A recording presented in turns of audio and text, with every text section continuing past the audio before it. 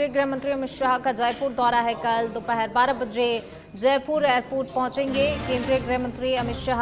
12:10 पर एयरपोर्ट से प्रस्थान करेंगे।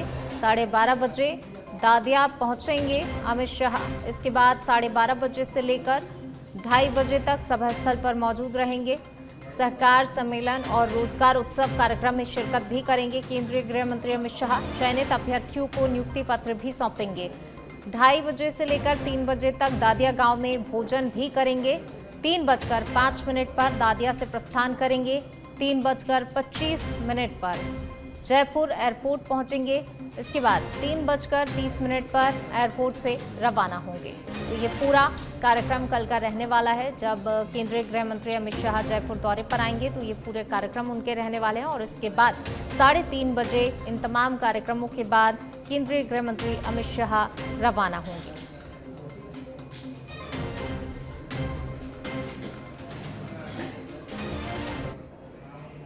चलिए बढ़ेंगे आगे। लोकसभा स्पीकर ओम बिरला का कोटा दौरा।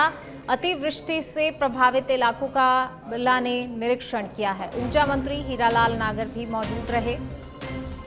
कोटा 12 हाईवे के आसपास के बाढ़ग्रस्त इलाकों का जायजा लिया है।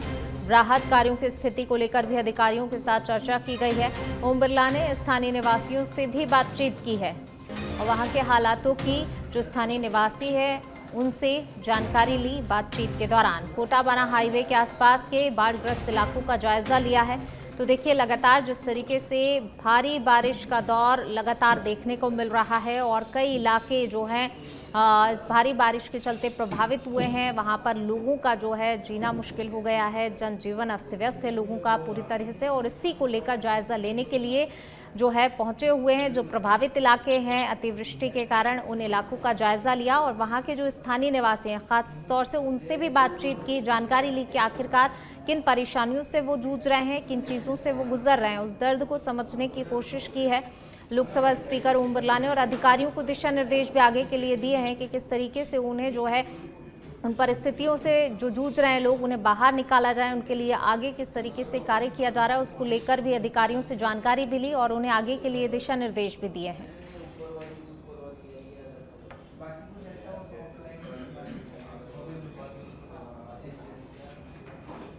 चलिए बढ़ेंगे आगे। बात अगली खबर की। जयपुर से खबर आपको बता रहे हैं। छात्र संघ चुनाव नहीं तो 110 रुपए का शुल्क क्यों लिया जा रहा है। राजस्थान विश्वविद्यालय में लिए जा रहे हैं विद्यार्थियों से रुपए। विश्वविद्यालय हर साल छात्र संघ चुनाव के नाम पर 110 रुपए प्रति छात्र शुल्क के रूप में वसूल रहा है। बावजूद लंबे समय से छात्र संघ चुनाव आयोजित ही नहीं किए जा रहे हैं और इसके बावजूद भी देखिए यहाँ पर छात्रों से शुल्क वसूली की जा रही है। किस नाम पर ये शुल्क वसूली की जा रही है, सबसे बड़ा सवाल। अब इस मामले को लेकर छात्र नेताओं ने मोर्चा खोल दिया है। विश्वविद्यालय प्रशासन से राशि का हिसाब किताब मांगा जा रहा है। इसके साथ ही छात्र संघ चुनाव करवाने की मांग भी अब जोर पकड़ रही है। मांग को लेकर जो है तेजी से बात उठाई जा रही है कि आखिरकार क्योंकि लंबे समय से छात्र संघ चुनाव नहीं हुए हैं तो ये तमाम सवाल खड़े होते हैं। सबसे पहली चीज़ ये कि आखिरकार जब चुनाव नहीं हो रहे हैं तो किस नाम पर ये शुल्क वसूला जा रहा है और अब छात्र संघ चुनाव नहीं हो रहे हैं तो इसको लेकर भी छात्रों की मांग तेज हो रही है।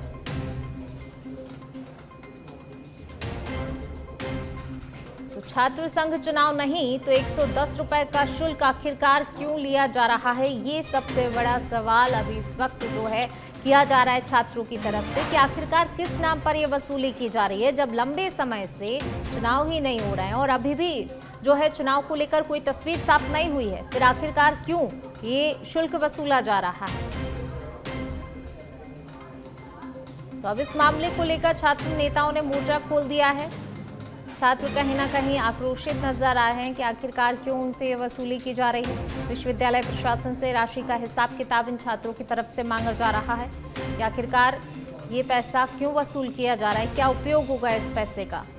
चलिए ज्यादा बातचीत के लिए हमारे सहयोगी कुणाल हमारे साथ जुड़ गए हैं। कुणाल का रुख कर लेते हैं। कुणाल, देखिए सबसे बड़ा सवाल इस वक्त यही कि आखिरकार जब लंबे समय से चुनाव नहीं हुए हैं और अभी भी चुनाव को लेकर कोई तस्वीर साफ नहीं है कि आखिरकार छात्र संघ चुनाव होंगे भी या नहीं, तो फिर ये शुल्क वसूली छात्रों से क्यों की जा रही है।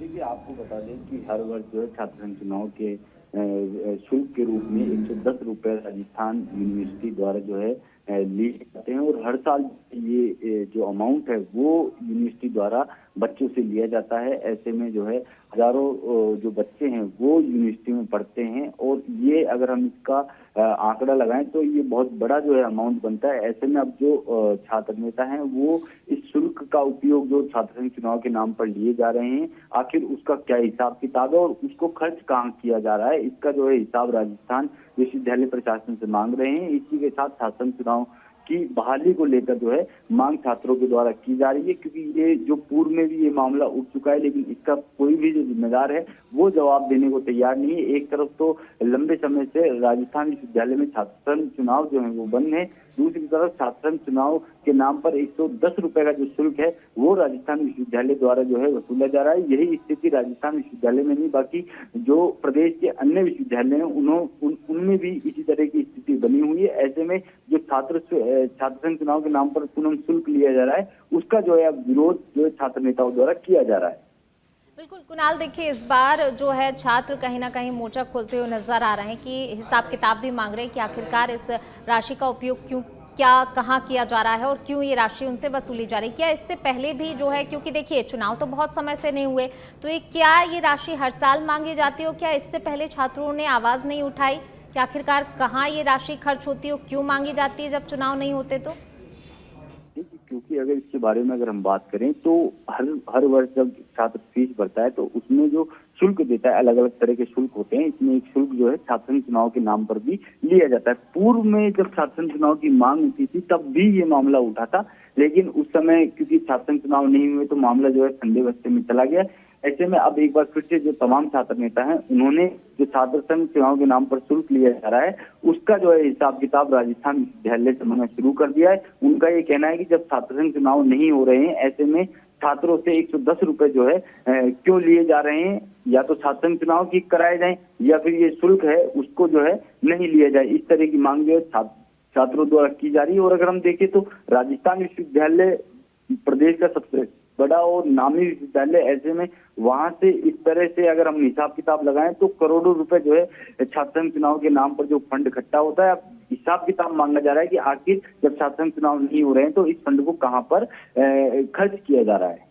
जी शुक्रिया आपका कुणाल इस तमाम जानकारी को साझा करने के लिए। तो देखिए छात्रों में आक्रोश भी कहीं ना कहीं अब दिखाई दे रहा है, जिस तरीके से उनसे राशि वसूली जा रही है। चलिए बढ़ेंगे आगे, बात अगली खबर की। 27 जुलाई को आयोजित होगी लाइब्रेरियन भर्ती परीक्षा। राजस्थान कर्मचारी चयन बोर्ड द्वारा कराया जाएगा आयोजन। 2 पारियों में ये परीक्षा आयोजित होगी। लाइब्रेरियन भर्ती परीक्षा 27 जुलाई के दिन ही है श्रावणी तीज का त्योहार। शिक्षक संघ अरस्तु ने राजस्थान कर्मचारी चयन बोर्ड पर अनदेखी का आरोप लगाया है। संघ के प्रवक्ता देवकरण गुर्जर का बयान भी सामने आया। बोर्ड ने परीक्षा कैलेंडर बनाते समय नहीं रखा ध्यान। परीक्षा में लगाई जाएगी महिला शिक्षकों की ड्यूटी। अब महिला शिक्षिका ड्यूटी करेंगी या फिर त्योहार मनाएंगी, ये सवाल खड़ा हो रहा है। वहीं अभ्यर्थियों को भी आने जाने में काफी परेशानी होगी। अब परीक्षा की तिथि में परिवर्तन की मांग या महिलाओं को रखा जाए ड्यूटी से मुक्त।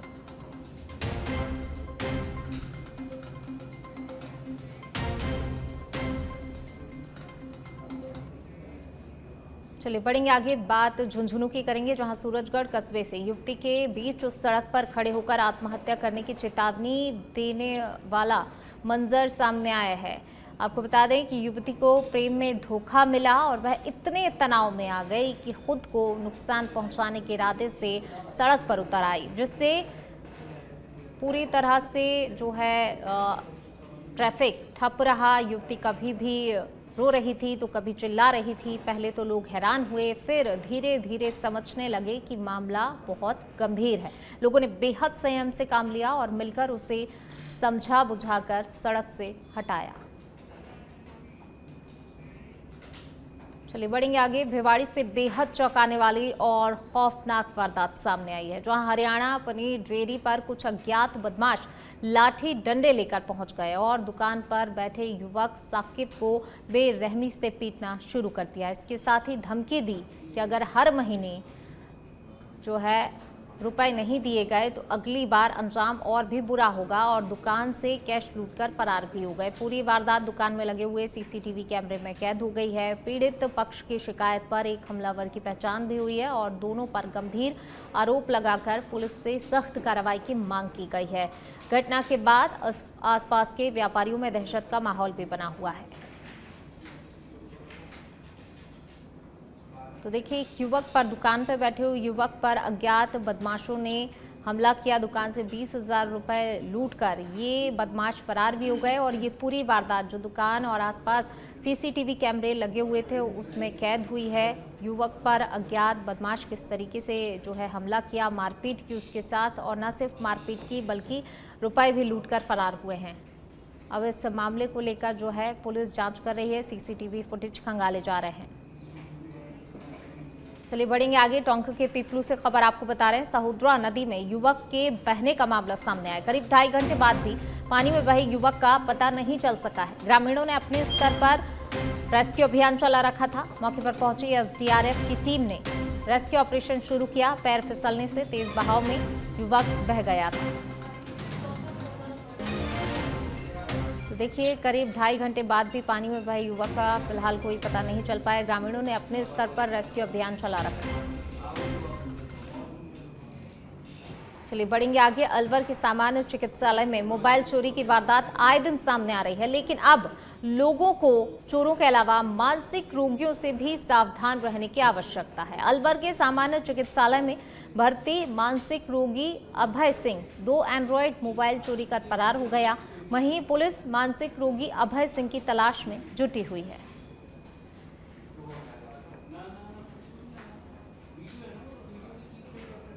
तो देखिए, मोबाइल चोरी का ये मामला। सर फोन 4:30 बजे के आसपास फोन गया। मैंने चार्ज पे लगा रखा था। जैसे उठी 6 बजे तो देखा फोन नहीं था। फिर मैंने सबसे पूछा, किसी ने नहीं बताया। बोला वो था, पर एक आदमी जाग रहा था। बोला वो घूम रहा था। 2 लड़के इसके साथ आए थे, 1 घंटा बैठे थे, फिर वो उठा के। फिर मैंने ना फोन करा, मेरे फोन पे घंटी करी तो किसी ने उठाया। मैंने कहा आपके पास मेरा फोन कैसे? बोला ये तो ना मेरे को कोई और दे गया। मैंने कौन दे गया? बोला 3,000 में बेच के गया। मैंने आपने कैसे लिया? बोला वो कह रहा था मेरी माँ बहुत तबीयत खराब है, सीरियस है, मेरे को 3,000 की जरूरत है, फोन ले लो। तो मैंने कहा भाई 3,000 तू मेरे से ले जा, मेरे को फोन दे जा, मेरे को जरूरत है, अभी ये मेरा फोन है। बोला ठीक है। फिर 2 बार और कहा तो तब भी उसने उठा ला। बोला आ रहा हूँ, आप कोई कार्रवाई करोगे? ये कर। मैं कुछ नहीं करूंगी कार्रवाई, मेरा फोन दे जा भाई, मेरा फोन, इसमें डॉक्यूमेंट्स वगैरह सब कुछ है, मेरा जरूरी है। तू अपना चुपचाप 3,000 ले। मैं रिपोर्ट वो कुछ नहीं करवा रही, वो मेंटल था, तेरे को दे गया, मेरे को अपना फोन वापस कर दे। तो उसने बोला हाँ मैं आ रहा हूँ, और अब मेरा स्विच ऑफ कर रहा। हमारा फोन चोरी हुआ 4 से और 4:30 के बीच में। फोन ले गया। एक मरीज था हमारे बगल में, पेशेंट, वो ले गया उसको। दिमाग से कमजोर है। हाँ, दिमाग से कमजोर है वो। तो कैसे पता लगा आपको? तो सुबह हमने फोन किया था तो उसने फोन उठाया। खबर अलवर से है, जहां अमरनाथ यात्रा से लौटते समय श्रद्धालु की हार्ट अटैक से मौत हो गई। आपको बता दें, करीब 160 श्रद्धालुओं का समूह एक साथ अमरनाथ यात्रा पूरी कर राजस्थान लौट रहा था और रास्ते में ही दत्तात्रेय की अचानक से तबीयत बिगड़ गई। साथियों ने उन्हें तुरंत ही प्लेटफॉर्म पर उतारा और स्थानीय लोगों की मदद से अलवर के सामान्य अस्पताल पहुंचाया, जहां डॉक्टरों ने उन्हें मृत घोषित कर दिया। कहाँ के रहने वाले? मंचर, पुणे। अच्छा, कहाँ जा रहे थे आप? हम अमरनाथ होके अभी राजस्थान जा रहे थे, जयपुर में। जयपुर जा रहे थे, मतलब अमरनाथ से आ रहे थे? अमरनाथ से होके आए। कितने लोगों का ग्रुप है आपका? 160 लोगों का था। 160 ट्रेन में ही थे? 120 अभी ट्रेन में थे। 120 थे, बाकी के प्लेन से गए कुछ ना। अच्छा, 120 आप ट्रेन से जा रहे थे। तो अभी सभी लोग यहाँ पे मौजूद हैं कि सब निकल गए? सब आगे निकल गए, हम 4-5 लोग रुक। चलिए बढ़ेंगे आगे। बाना के छाबड़ा से बड़ी खबर आपको बता रहे हैं। 3 नाबालिग सहेलियों ने विषाक्त का सेवन किया है। तीनों बालिकाओं को परिजन लेकर पहुंचे हैं छाबड़ा चिकित्सालय। चिकित्सकों ने बालिकाओं को प्राथमिक उपचार के बाद मारा रेफर किया है। छाबड़ा थाना क्षेत्र की निवासी हैं तीनों बालिकाएं। फिलहाल कारणों का खुलासा नहीं हो पाया है। करीब 1 दशक पूर्व भी इसी तरह का मामला सामने आया था। देखिए, चिकित्सकों ने बालिकाओं को प्राथमिक उपचार के बाद रेफर किया। छाबड़ा थाना क्षेत्र की निवासी ये तीनों बालिकाएं और करीब 1 दशक पूर्व भी इसी तरह का मामला आया था सामने।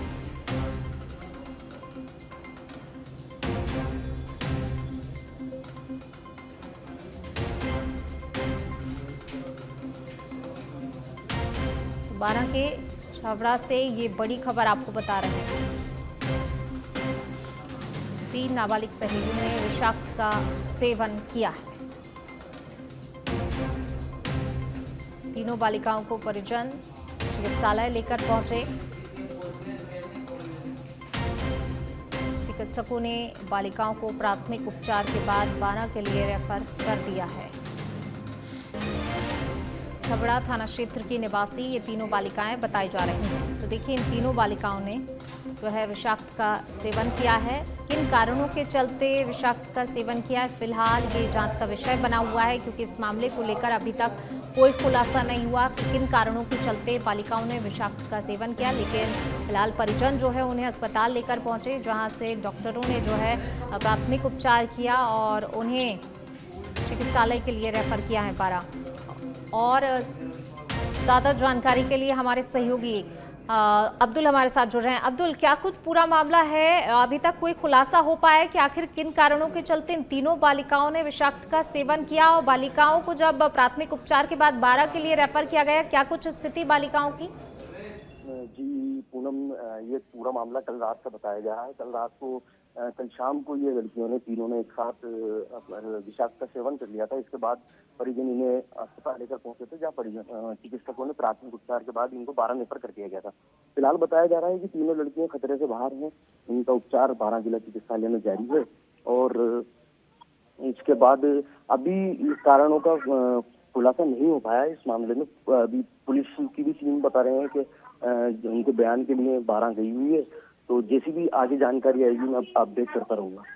बिल्कुल, देखिए अब्दुल, साथ ही इन तीनों बालिकाओं की उम्र लगभग कितनी होगी, और परिजनों से कोई बातचीत हो पाई है या फिर आस पड़ोसियों से कोई बातचीत हो पाई है आपकी? इस मामले में अभी परिजन फिलहाल कुछ कहने से बच रहे हैं और तीनों ही लड़कियों की उम्र एक ही जैसी है, लगभग 15-16 साल 17 साल की हैं तीनों लड़कियां।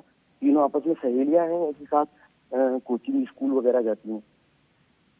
जी, शुक्रिया आपका इस तमाम जानकारी को साझा करने के लिए। तो देखिए, फिलहाल जो है कारणों का खुलासा नहीं हुआ। फिलहाल ये जांच का विषय बना हुआ है कि आखिरकार किन कारणों के चलते जो है इस तरीके का कदम इन बालिकाओं ने उठाया।